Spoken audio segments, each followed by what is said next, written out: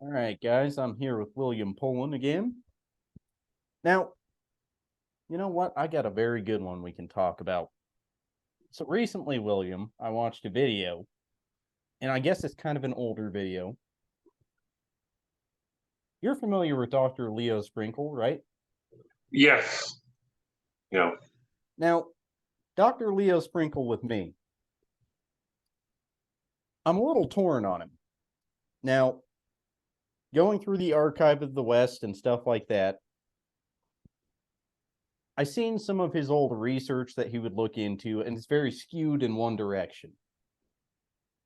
So, in other words, like when I'm doing my research about alien abductions, what I pick up is things about false memories, brain waves, sleep paralysis books, that kind of thing. Things that don't just color my opinion, but rather the whole spectrum. And what you find with some of his stuff is it's more skewed in a love and light and kind of soul direction and things like that. Well, I watched this video, it was yesterday, in which he was talking about the Stan Romanek case. And you know where I'm going to go with that. But I'm not going to talk about it too much. Yes, sir. But one of the things that he mentioned in there was how Stan Romanek has evidence that you can get your hands on.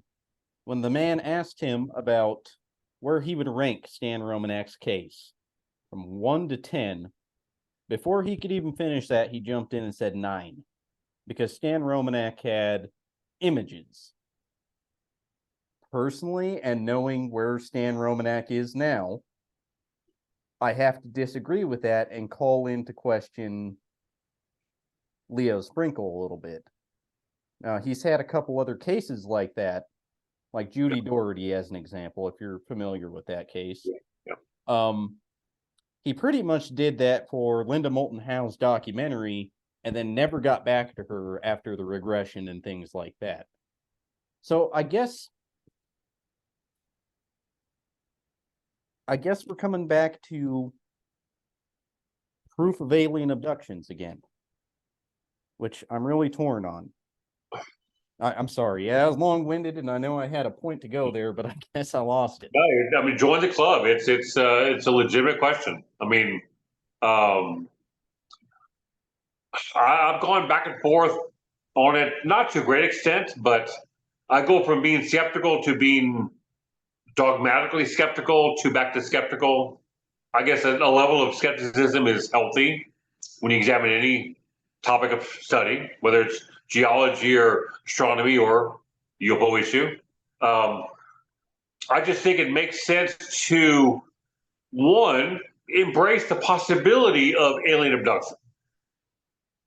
Also, within that approach, not discount other possibilities. Sleep paralysis, there's a whole list of things that people go through that are anomalous, that are emotionally traumatic. Some are physical in nature that can be misinterpreted. I just don't know if one can assign a large percentage of the abduction cases to actual alien abductions. I think it's some conglomeration of multiple different explanations, none of which can be discounted. But I'm with you. It's very much a red flag when a researcher examines a case or a scenario, as abductions are, in its totality, or as much as you can, and then quickly goes to one explanation, especially when that explanation is one of the less likely ones, as opposed to a mundane one. I can say any explanation that quickly. It suggests there have maybe a unconscious bias toward that explanation. And I'm with you. Sprinkle seems to have a I said seems to have twice in a row. Maybe a bias toward the alien extraterrestrial potential explanation, which may be true, but we don't really know that yet. So I'm with you. It can be disconcerting to hear that from a clearly an experienced, credentialed researcher with plenty of decades behind his belt. But we can all make mistakes. So Absolutely, and that's kind of where I fall with it too. But I'm torn on it as well, because in order to look at the spectrum of the whole thing, you do have to look into sleep paralysis and such. Sure. You can't just, and this is not against Leo Sprinkle in any way. I do think he was a little biased in this case, but you can't just look at one side of something and claim to know the whole thing. So you can't just look into the woo-woo soul aspect and ignore sleep paralysis, false memories, and that kind of thing. Because, as I mentioned in our last talk, of course, I've suffered from sleep paralysis. I think the study that I last read was 7.6% of people will have sleep paralysis. So what I find is a lot when you're going through the literature, some abduction tales are very apparently sleep paralysis. And then you also have people interpreting dreams as an experience. And that's the part that gets me, because that muddies things up a little bit. Yeah. When you have a dream and that statement of dream comes up, that's where people need to be a little more skeptical, and they just drop the ball on that one. And it doesn't make sense to me. But it's I've tried to gather experience and points of view from everybody I interact with. Yourself, John Greenwald, Kevin Randall, people I've met in person or in passing by email or whatever, to get their point of view. Because I mean, no one knows the answers to any of this stuff, so I think it pays to listen to subject matter experts and people that just have more experience than you or I do and whatnot. Venus, my wife Venus, has experienced anomalous activity in her life. She can't explain it. And when we first met, we started discussing UFOs, which is kind of how we hit it off. And beyond the fact that she's gorgeous, but there you go. And her point of view about abductions is interesting, and it kind of goes to what you said: is that when you hear somebody describe their alleged experience, but they begin with the word dream in the first 4 words, she immediately is more skeptical about it because they're in an unconscious state. They're not aware of what's going on because they're not awake. They're unconscious. So she's far more skeptical about those alleged experiences.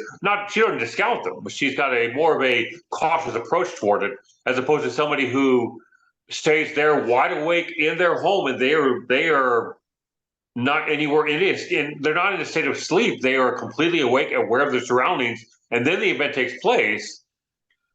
That seems to be a more credible scenario, which is a very subjective way to look at it, but a reasonable way, I think. And going what you just said, I think that makes sense. That a person whose mental faculties are not sharp because they're unconscious, they're asleep, they may misinterpret events. They may be more likely to because they're not conscious. They're asleep. They're dreaming. It's a very bizarre. It's one of the more bizarre aspects of the UFO issue, period. Because it's not like a daylight disc or a nocturnal light or a physical event you can capture on film, or you have multiple witnesses and everyone's awake and this and the other. Abductions happen.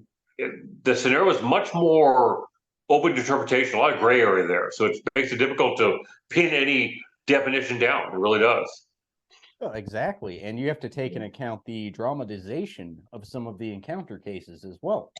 Yeah. So I used this phrase on your last talk when you were doing your show. Oh no. Because it speaks out to me so much. And I know you're going to love it, okay? This is for my people who hate skeptics. I am a skeptic, not because I do not want to believe, but because I want to know. And that's by Michael Shermer. Yep. Wise words. Yep. Absolutely. And see, like slightly moving away from abductions. As you know, I live in Colorado. Have you seen the recent Colorado Bigfoot video? Yes, I have. Yeah, I was watching the videos on it, last few days. Yeah. So there's a guy on YouTube named Lions Ground, and he posted a video, I think it was about 2 days ago. And the guy who shot the video from the train started selling Bigfoot costumes Viral Colorado Bigfoot is what the costume's called. Well, Maybe it was the guy who shot the video. Regardless, there's a guy who lives in that area who dresses up like Bigfoot. He's got like a shop and everything like that. yeah. So this was a viral stunt to make money, is what it was apparent to me. And I'll send you the video after we're done of that talk. So moving away from abductions, people have an agenda. Now, personally, I'm not into Bigfoot or cryptozoology. My boss actually sent me the video, like, hey, check this out. And then I sent him that one. It's just interesting that people will hoax things for money, I suppose, still. Yeah, that is never going to go away. No. That goes to the entire entertainment industry, which pervades UFOs, the cryptid world, ghost apparitions. There's a motivation to sell books. There's a motivation to promote your business. There's a motivation to present yourself in a way to further the likelihood of you getting invitations to UFO events or ghost conventions or whatnot. So the agenda is important to look at. If somebody's making a claim about having seen a UFO in Peoria, Illinois, you look at their background, they're not the kind of person that would talk about UFOs. They're not selling a book. They're not involved in this at all. They have no attachments to the UFO subculture at all in any way, shape, or form. And yet they're coming forward with this alleged event in their testimony, and they're reticent to want to appear on programs or whatnot. That tends to make them more credible because they're not trying to gain some advantage by coming forward and talking about their events. That is usually not the case. Somebody has an agenda to further their business, like in Colorado. They're trying to sell a book about UFOs or whatnot. That agenda is important to not ignore. Yeah, I saw the video and I thought, okay, well, trying to be open-minded, trying to be objective, but it came off like a guy in a suit to a certain extent. Not to discount the video, but that's what it turned out to be. And is that surprising? No, we've had that before, but we'll have it again. Hoaxing is part of the issue. As far as UFOs, hoaxing is it's not a big percentage. It's there, but it's probably less than 10%, maybe lower than that. Trouble is, some of the more famous hoaxes are legendary. So they have a life of their own now. So they take a lot of the air out of the room. But hoaxing will never go away. And with today's modern technology, any 15-year-old young man behind a computer can make a fake video or a fake photograph pretty easily. So it's made it easier to investigate these things, but it's made it easier to hoax these things. And we'll never get past the world of hoaxing. It'll always be with us. Exactly. Yeah. And see, that's why I think it's good to be skeptical. Mm-hmm. Yep. It's not a debunky thing. As I've heard you state before, it's not a Philip class debunky thing, right? Where you're going out of your way to debunk it. You're actually just trying to find out the answer. Yeah.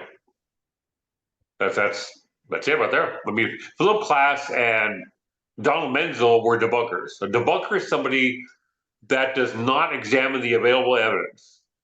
They make their mind up. They present explanations that have nothing to do with the information available. And in fact, most of those explanations go against the evidence we have, the information we have. A skeptic, on the other hand, is a person who's cautious, does not declare their position until they've examined all the available information. And then they make a reasonable declaration and tend to go toward more likely mundane explanations instead of the exotic, which makes sense. I mean, why would you immediately, if you're examining a UFO case, why would you automatically embrace less likely exotic explanations first? It makes sense to eliminate the more likely mundane earthly explanations. If those don't hold up, whatever you have left, including the extraterrestrial, is on the table, then it's part of the scenario. But skeptics are very unpopular nowadays. Hence the reason why John Greenwald and Kevin Randall are not really popular in the UFO subculture, because they're skeptics. I don't know if it's Nick or Mick West, the British gentleman that is labeled a debunker. He's really just a hardened skeptic. He's more skeptical than Kevin Randall, but he's still a skeptical person. He's not a Philip Glass debunker. Um, but it's very unpopular, and now the terms debunker and skeptic are labeled. They're melded together. People have lost the ability to. They don't realize those two words mean distinctly different things. They're seen as the same person. They're not. I wear the skeptic label proudly. I mean, it makes sense to be skeptical until you are able to conduct an investigation. Then it allows you to make a declaration.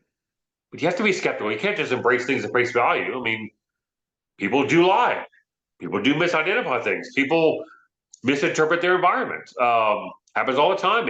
I'll ask any law enforcement official, ask any attorney. Witness testimonials can be subjective and inaccurate.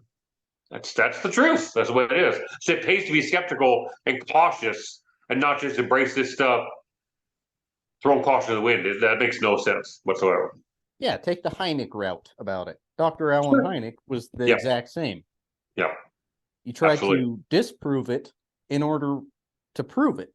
So yes, I wish people would just go a little bit more like that model rather than, and I guess I'm going to have to call him out, like a Nick Redfern, as an example. Oh, Lord. Yeah. So I did an entire episode on Nick Redfern when I first started, and it was nothing but me blowing up in a huge rant because I had actually I used to read a bunch of articles by him. And I remember one, if I can remember it off the top of my head, perhaps I'll just do it now.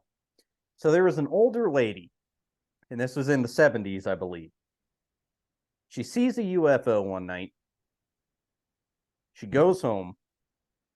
The next day, the men in black approach her house.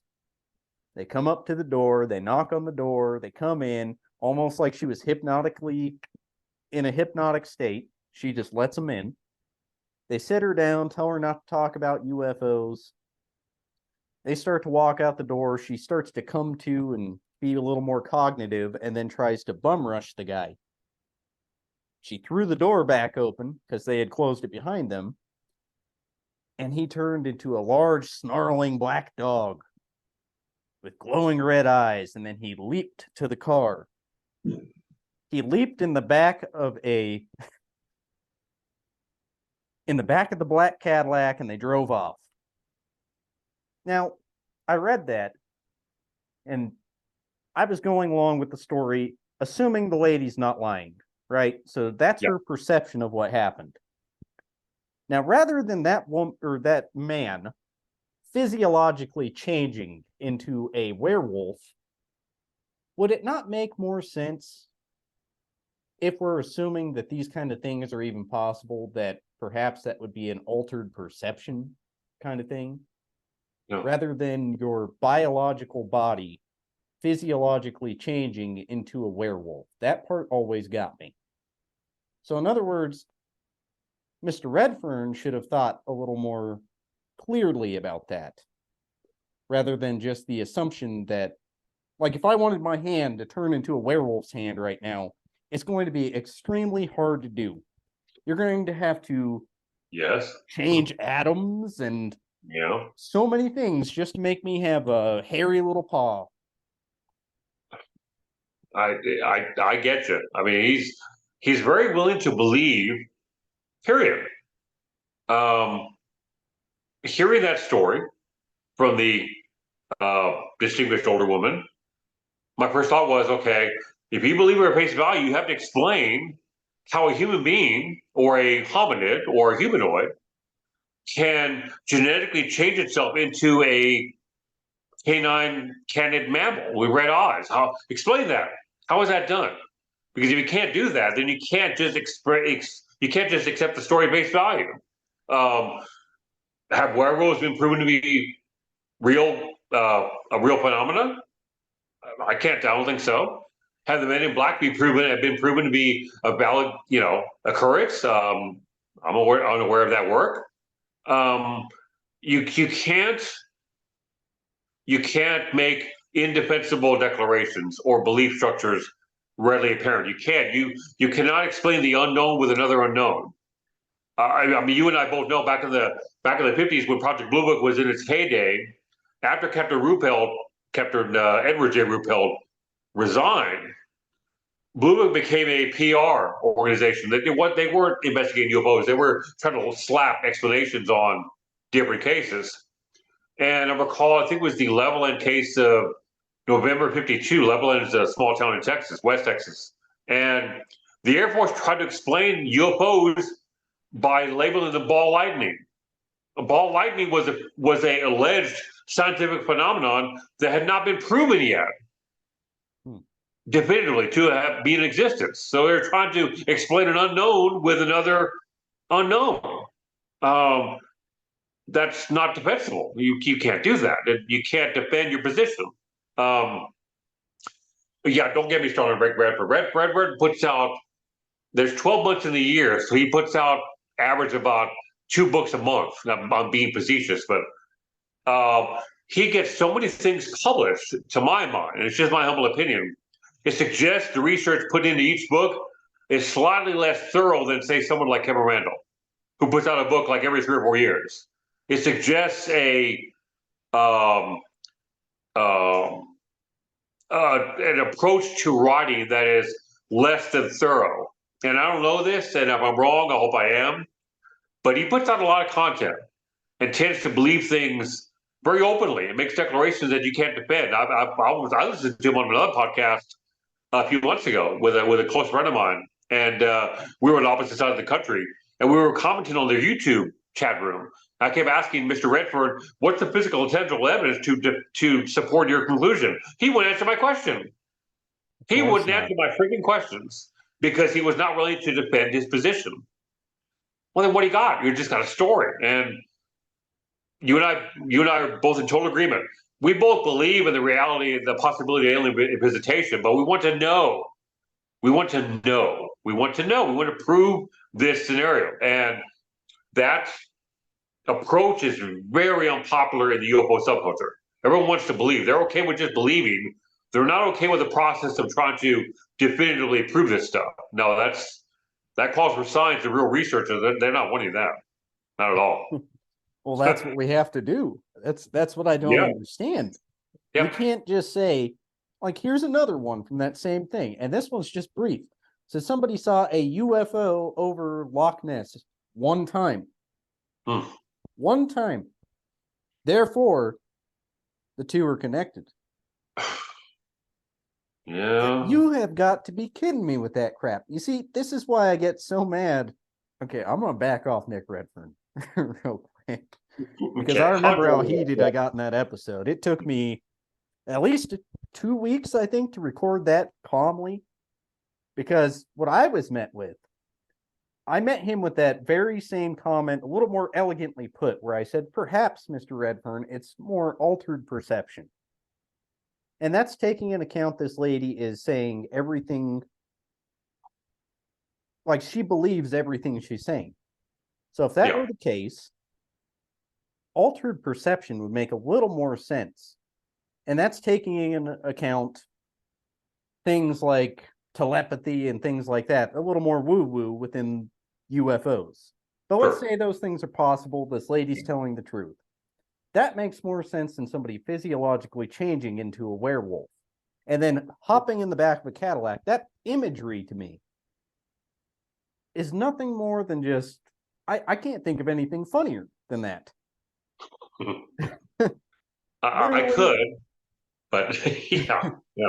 It can be very troubling. I mean, going back to your statement about witness testimonials and people telling the truth, even Philip Klass, and I think you saw this quote I posted on my UFO for Real group, the one I run with my wife Venus, is that to juxtapose what he said, I'm paraphrasing here, but Mr. Klass basically said that the vast majority of alleged UFO witnesses are being honest and truthful with their alleged accounts. They're being honest and truthful about what they cannot identify. Even Philip Klass said that. I agree. Most people are being as honest as they can. Honesty does not mean they're being accurate with their observations. Those are two different things. People can tell the truth till they're blue in the face, or red in the face, or whatever color you want to use. They can be honest and truthful as best they know how. They're trying to describe events they cannot wrap their head around. And most are being honest about that in that endeavor. That's fine. That does not mean the testimonials they're giving are 100% accurate to reality. Those are two different things. They can be, people can misidentify things all the time. Otherwise, MUFON wouldn't get hundreds of reports every year of bugs in a windshield or misidentified drones. And people were really keen observers of their environment, which sounds very harsh.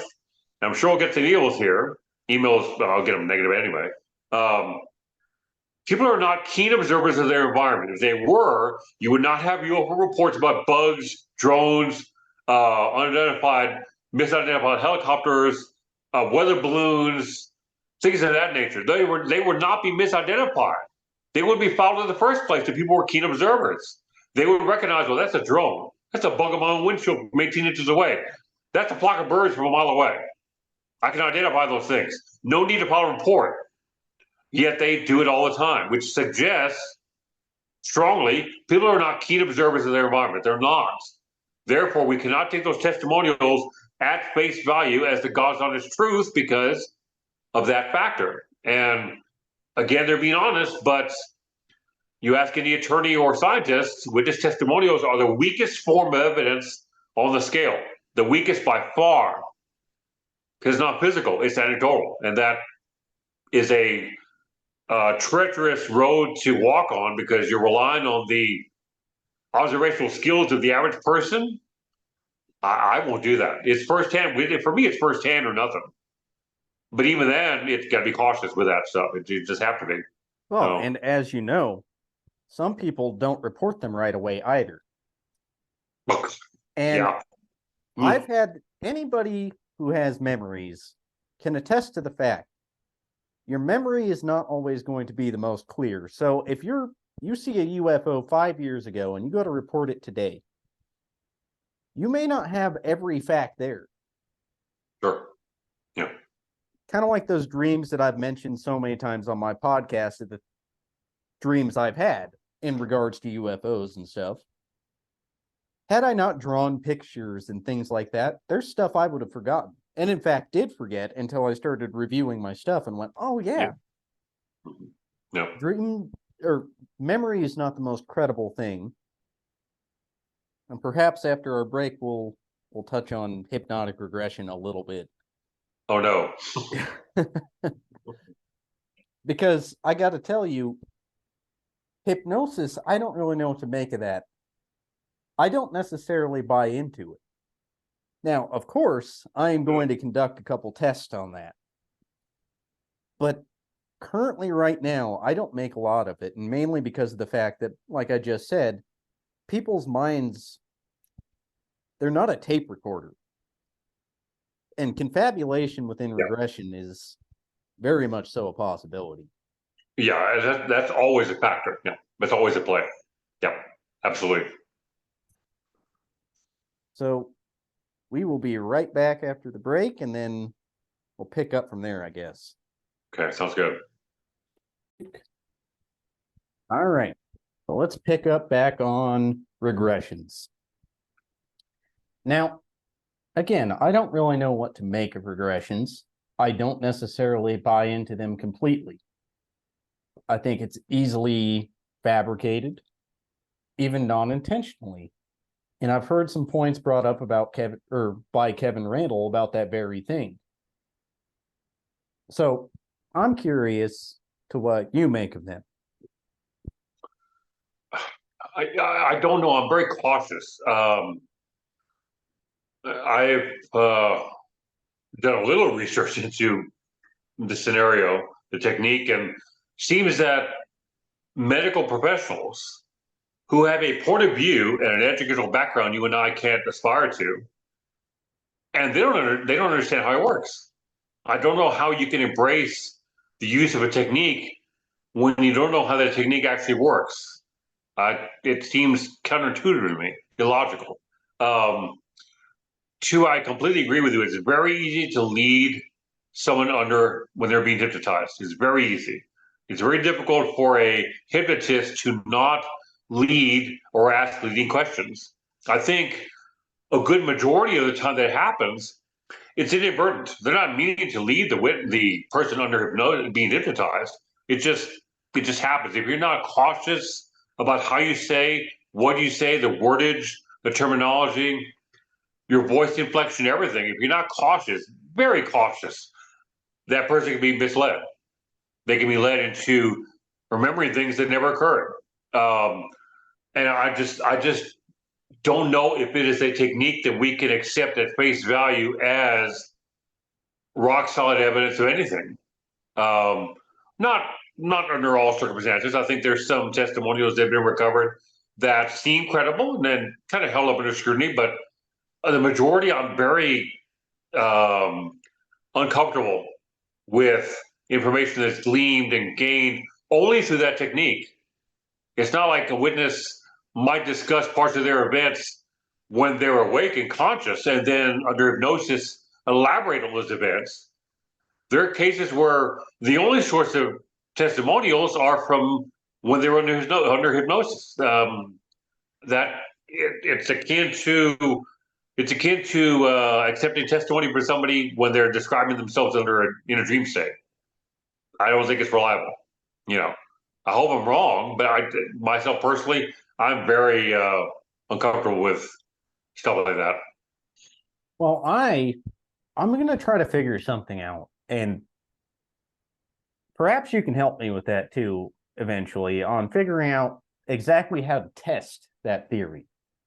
Because as you know, I've had the dreams. Yeah. Now, what I'm curious about, now I know for a fact they were dreams, but I want to test it to see if nothing more comes out of it. Because if something more comes out of it and I can twist it within my own conscious reflection while under hypnosis, I wonder what that's not going to prove. And I kind of want to test that theory that way, but I'm not. I know there's other ways I could probably do it too. Sure. Yeah, I see what you mean. Yeah, that makes sense. Um, whether you remember an entire event from start to finish, and then under hypnosis describe it in distinctly different terms, or add more to the story, or vice versa, where part of the story, part of the testimony is remembered by you, free of hypnosis, excuse me, and then the remainder is recovered while you're under. Yeah, I think if you find any disparity there, any differences that are a little more than just random occurrences, there's going to be changes in a person's story to a point. Again, like you said, we're not computers. We don't collect information in our brains completely accurately. We're not recording apparatus. So there's going to be little differences in everyone's testimonials or a person's testimonials over time. But when you have somebody under hypnosis and they come out with some wild elaborations on the original story, it almost suggests that those elaborations are put there as a result of them being under hypnosis. They're not actually legitimate memories in their brain. They're being put there by whatever technique. It makes it almost impossible to take that kind of content at face value, because you can't tell if it's true or not. You just can't. So, but yeah, I think that would be good to test it and see. It give you a better point of view about the technique. Well, see, I'm going to do it two different ways. Within my town, surprisingly, there's a lot of hypnotists. I was unaware of that. Yeah. So I'm going to go to a clinical hypnotist, and then I'm going to go a little more woo-woo as well. Oh, no. Now, with my more clinical one, I might go the alien dream thing, see what comes out of that. Yeah. With my more woo-woo person, I'm going to test it a different way. Now, one test I came up with, and I kind of want to see what you think of this. I had my friend write something on a piece of paper, which I've completely forgotten already. He's still got the piece of paper. Okay. I'm going to try to bring that up, and I'm going to see if I can't remember what was on the piece of paper. Now, obviously, if I can remember what was on the piece of paper, that's going to be startling to me. Yeah. But that would obviously add a little more validation to the whole thing. Although again, there is that confabulation. So I just looking for ways to test that, to be honest with you. Yeah. I guess if you can't recall what's on the paper, if that's true, I mean, beyond if you made the effort to recover it, you did. That's great. If you make the effort to recover it and you're unable to remember it, but then you remember it under hypnosis, that's interesting. If the paper's there and you just cannot, when you're conscious, you just cannot remember or recall what the paper said. Then you put it under hypnosis and you remember it word for word. That would be very interesting. It wouldn't be scientifically valid because you need to have a long-term examination, but it would be interesting that you could recall something specifically and accurately under hypnosis that you couldn't while you're not under hypnosis. That would be one way to test it. Of course, that wouldn't fit the bill scientifically because you have to do that over a long term with a bunch of different individuals that don't know each other. But having said that, still, it would be interesting to see what would happen. Or if you did recall what the paper said accurately, and then had yourself put under hypnosis, and then the person that put you under asks you to transcribe what the paper says, and you come out with some gobbledygook, well, then that might suggest the technique misled you or allowed your brain to confabulate more than was actually on the paper. So I'm with you. It'd be good to test it either way to find out what kind of results you get. Well, yeah, and the way I see it is at the very least, because I don't remember anything that he wrote down on the paper. Yeah, that was probably about 6 months ago. So if I were to recall that, again, like you said, it'd be very interesting, and it wouldn't be scientific in the sense of, like you said, a large data pool. Yeah, but it is what it is. Yeah. It gives people that option and that idea to eventually venture forward with that thought. Yeah. And that's what's intriguing to me. So I don't know. I'm trying to come up with unique ways to try to test it a little bit. Because I know you've heard some very good regression tapes, such as Betty and Barney Hill as an example. Yeah. Like, you listen to it, I mean, it's hard not to believe them personally, in my opinion, just listening to it, but they very well could have confabulated that, in my opinion, as well.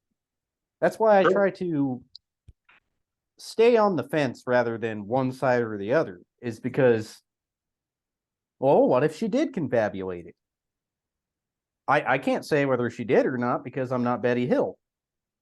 I'm not Barney Hill. I just remain open to the possibilities. It was what's his name? The late Benjamin Simon, who was the hypnotherapist that put them under. He stated that he believed that they believed it happened, which is different than saying it actually happened. Yes. People say that they believed it happened. So the reactions, emotional reactions to that event, which they believed occurred in the real life, would be traumatizing to them, which it comes off in the recordings. I mean, Barney Hill sounds like he's being lobotomized without any kind of anesthesia. He's completely out of it. Yeah. Betty sounds scared, a little less out of control than he did, but still, they sound very traumatized by an event that they feel or they felt themselves that actually happened. And it might have. I don't know. I think my gut tells me that the Hill abduction is a real event, one of the rare occurrences of an actual alien abduction. Just an opinion, though. I can't prove that because we need something tangible and physical. We don't have it. We have what we have. They tried the tapes of the hypnotherapy sessions. So it's so it's a slippery slope because some of these individuals that are under hypnosis, they sound completely out of sorts, completely traumatized, highly emotional, as somebody would be if they had experienced an event that's so out of the ordinary. Despite that, it still doesn't prove that the event actually took place. Not beyond a shadow of a doubt. And like you, I try to stay on the fence. We'd love to believe this at face value, but we know that research has told us that many things are misidentifications. Many things are things that are misconstrued. We can't jump on one side of the fence or the other. We have to walk that Great line between. Have to. Well, yeah, again, it goes back to that Shermer quote, I don't want to Yeah. believe, I want to know. So no, yeah. Mm-hmm. I Yeah. I personally have never experienced something. I've never seen a UFO. I don't think you have either, right? No, that's two of us. Yeah, never seen So anything. Yeah.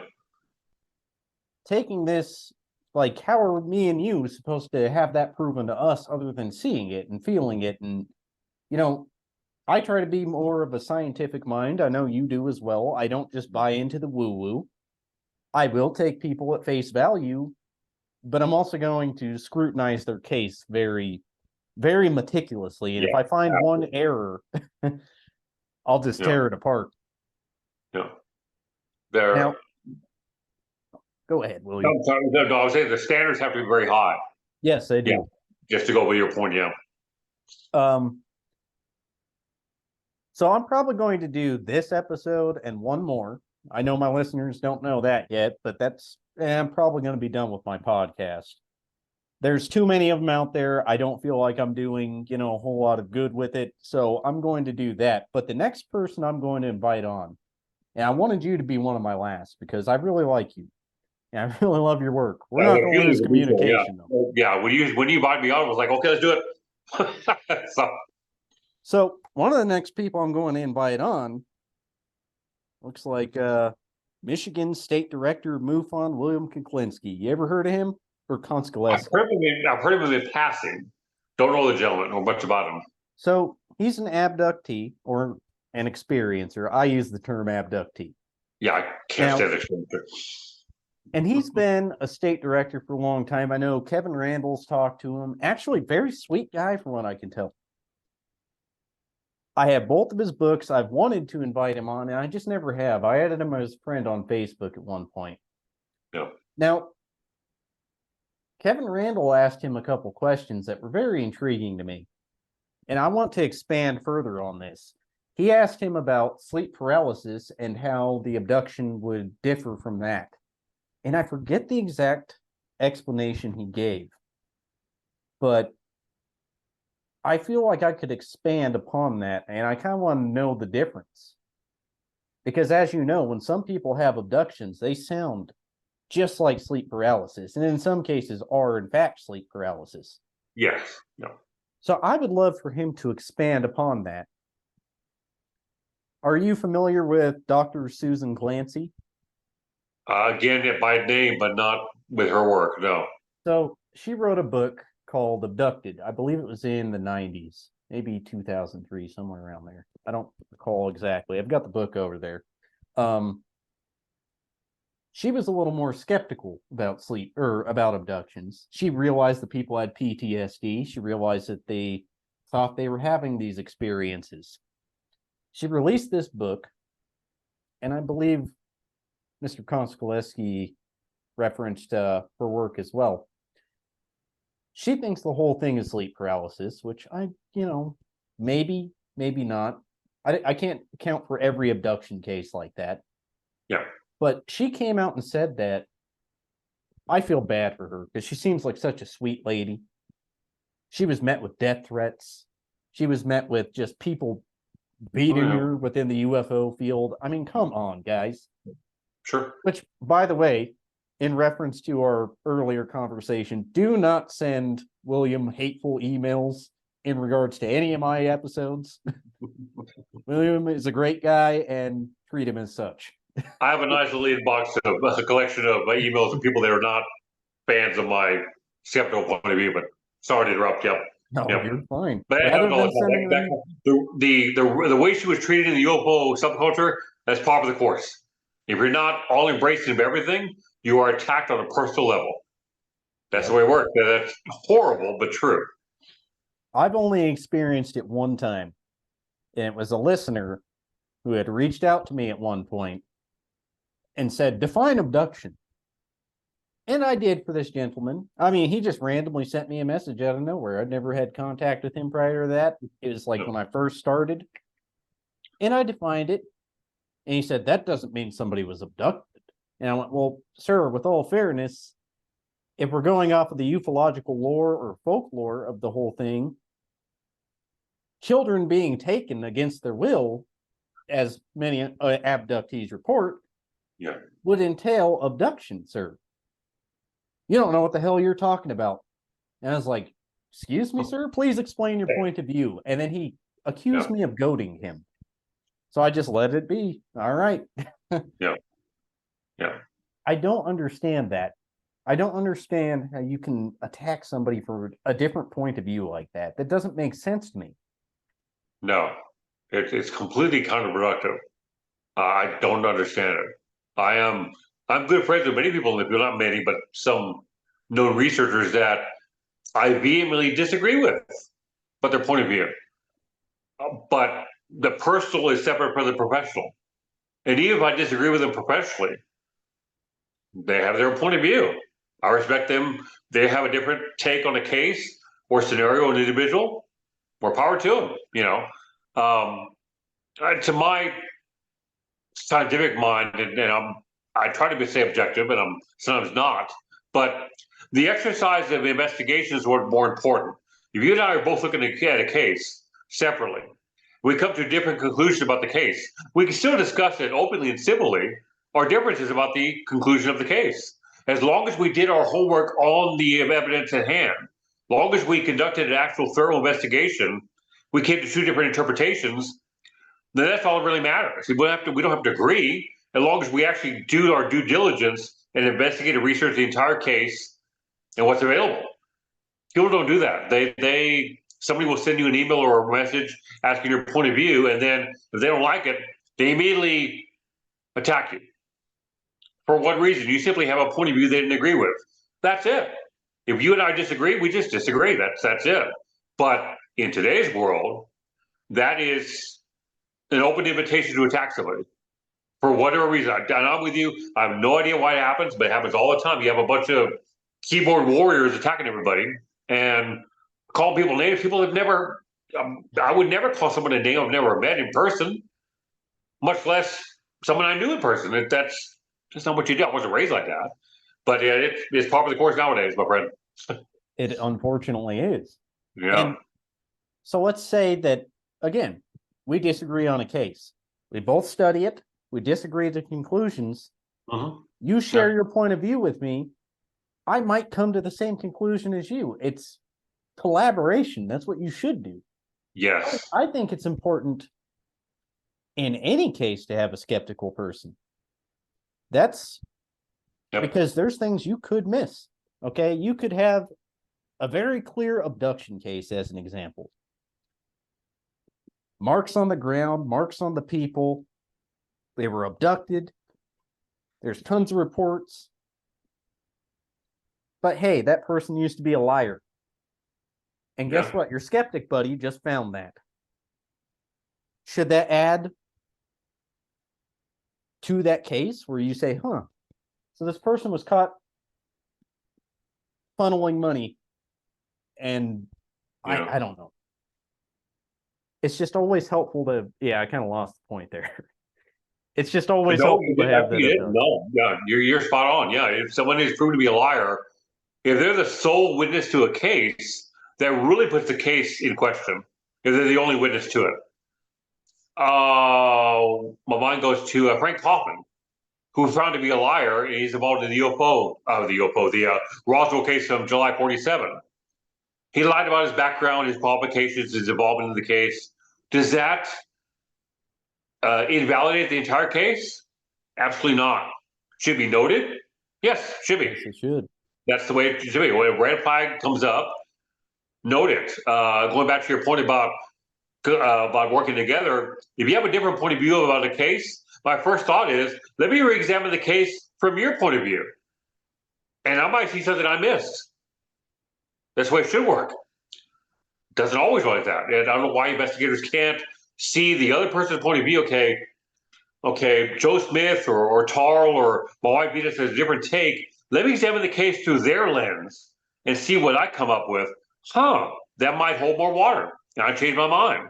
But in today's world, changing your mind is called flip-flopping. That's never liked. For some reason, it's looked down upon. I think changing your mind according to what the evidence shows is the sign of a good investigator. I do too. Yeah. I mean, It's what we need to do, because yep.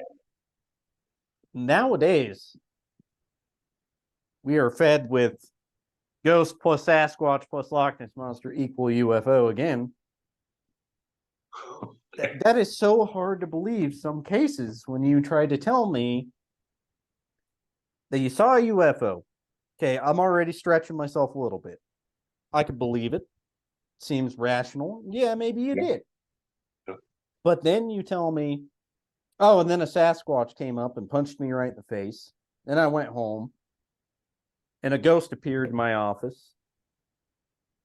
Then I left my office and a werewolf was outside smoking a cigarette. I mean,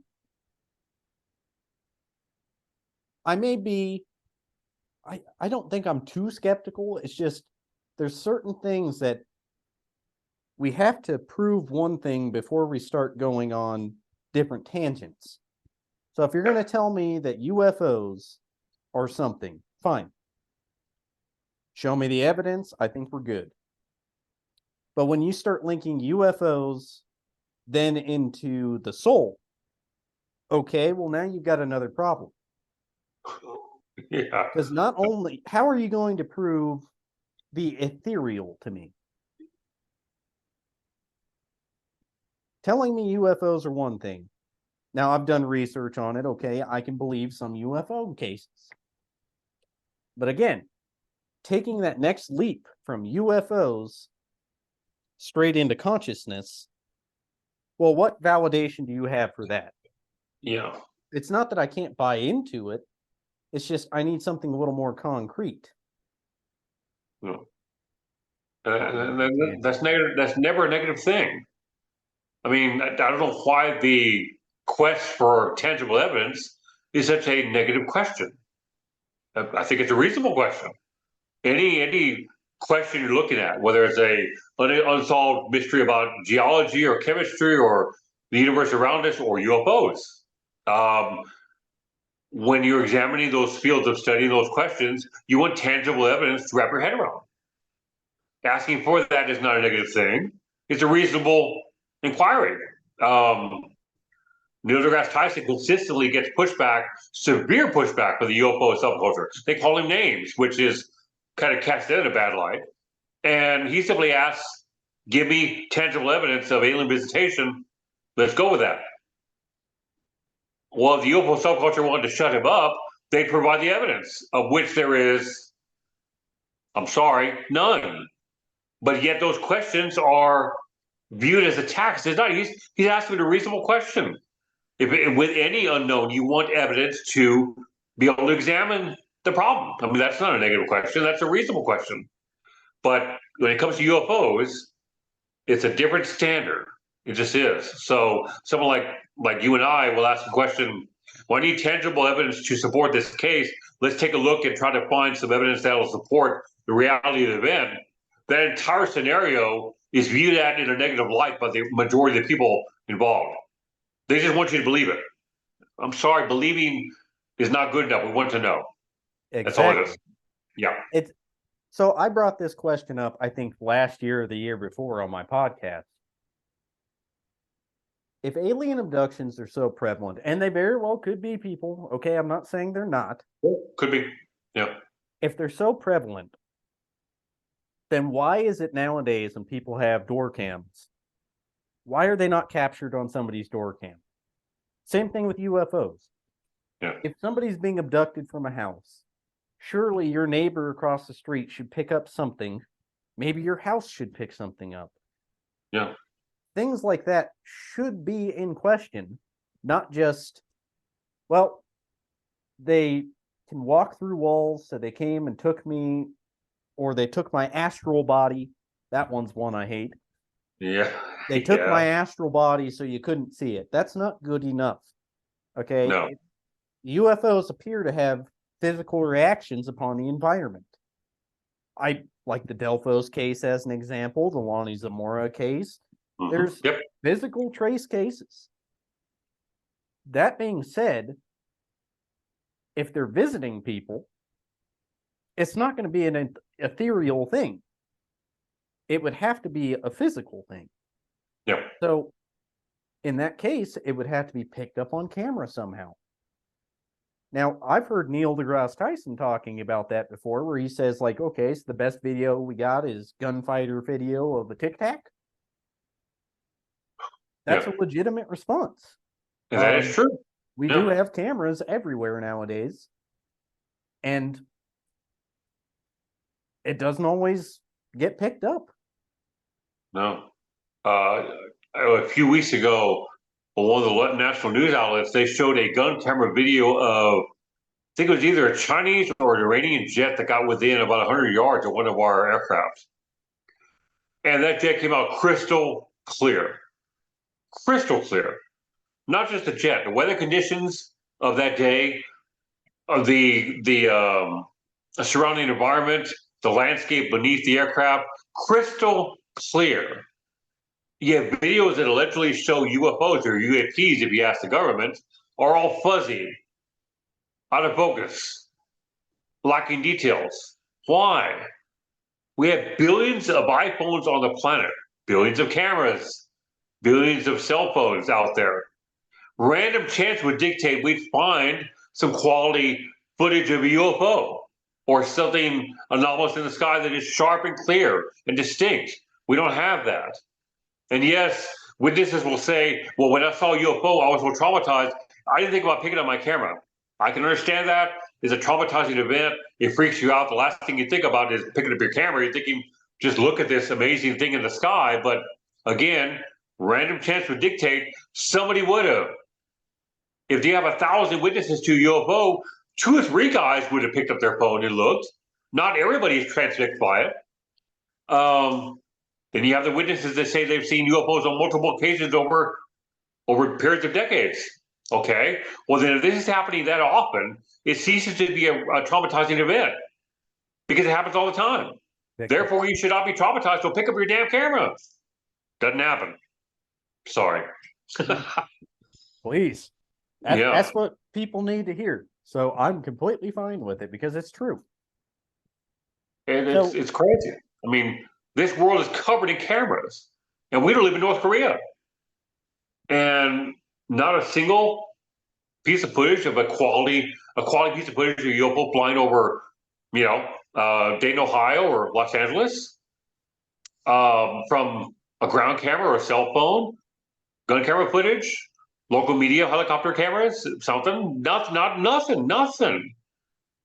That's got to be troubling. Yeah, and I want to be clear to everybody out there.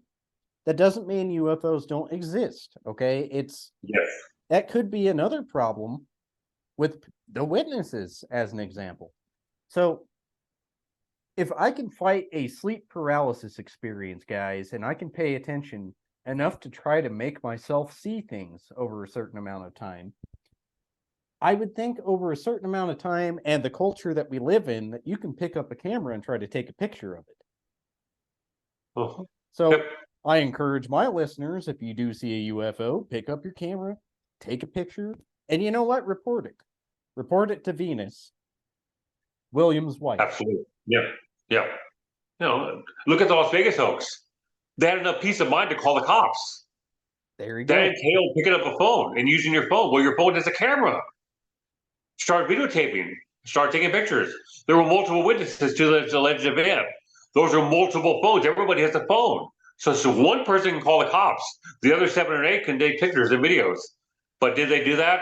Of course not. Well, come on. And my brother, like I said before, recently saw a UFO. His wife picked up the phone and tried to take pictures. Oddly, their camera was distorted, apparently, according when they tried to take the pictures, which I find interesting, but it could be nothing, too. Sure. We don't know. Yeah. To my brother's credit, and I'm going to take a little credit for this as well, just to boast myself up a little bit, he tried to be quite skeptical about it and was familiar with Starlink and said that's not what it was. And he even looked it up and verified that that's not what it was at the time. That's great. So to his credit, thank you, brother, for learning. Outstanding. I'm going to give him some credit on that one. Yeah. it's something we have to do nowadays. And you know what? If the witness tries to take those steps, an investigator won't have to take those extra steps. They may have to verify it. Yeah. But it's extra steps that you've already taken care of that somebody can look into and go, oh, okay, they looked into that. Cool. Yeah. It makes it just a little easier for the investigator. And it's not rocket science. Your brother took a logical course of action. Credit to him. Is that the norm? Sadly not. Most witnesses don't do that. It doesn't take much effort. We Google everything else. We look up how to cook a pot roast or how to level our house or whatnot, or rotate our tires. That takes time. Well, how much time does it take to look up Starlink satellites and where they are in the sky relative to your geographical location? Not much longer. Mm-mm. So we spend just a little time on social media. That time can be invested in research, but it doesn't happen. So, but yeah, that's what your brother did was outstanding. I wish everybody did that. I agree. I mean, because it's very simple to pick up a phone, call the airport. You guys have planes in the air? Cool. Yeah. Try to see if they had Mylar balloons, anything like that. It's very simple. I mean, you can do most of that just right there on your phone. Super Sure, on easy. your own, yeah. Yep. Easy. It's very odd. So I think rather than people making documentaries about experiences like, having another Betty and Barney Hill documentary, they should rather release a documentary that teaches people how to do things like investigation in regards to UFOs. Yeah. I think that would be a better idea. I would never work on that personally, but Yeah. It would certainly be constructive. Yeah, it's a great idea. Because some people are blissfully unaware of how to do that. absolutely.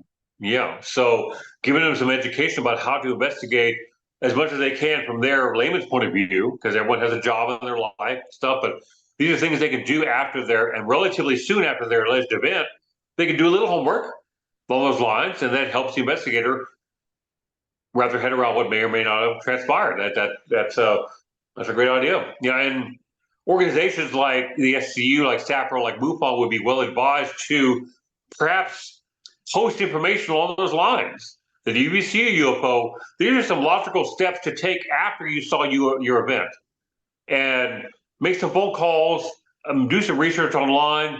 That way, you're able to whittle down possibilities, and then you do a little work for the investigator. So the investigator comes at your house or your location, if you're lucky enough to have that happen, he helps them out.